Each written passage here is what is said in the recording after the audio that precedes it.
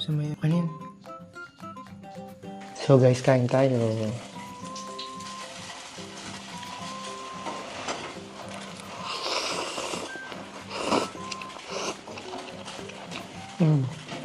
Yung flavor pala niya guys is yung seafoods.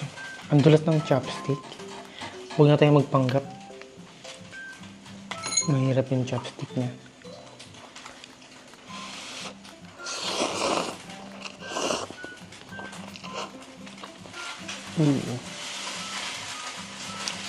Mausok-usok pa siya.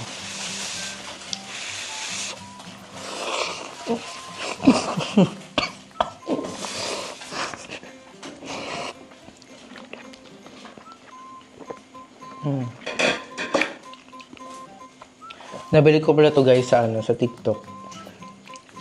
Sobrang mura lang nito.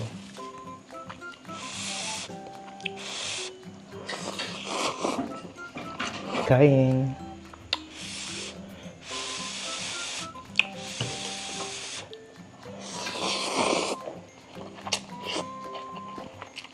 Guys, sa pag gusto niyo to, nasa Yellow Basket ko lang to.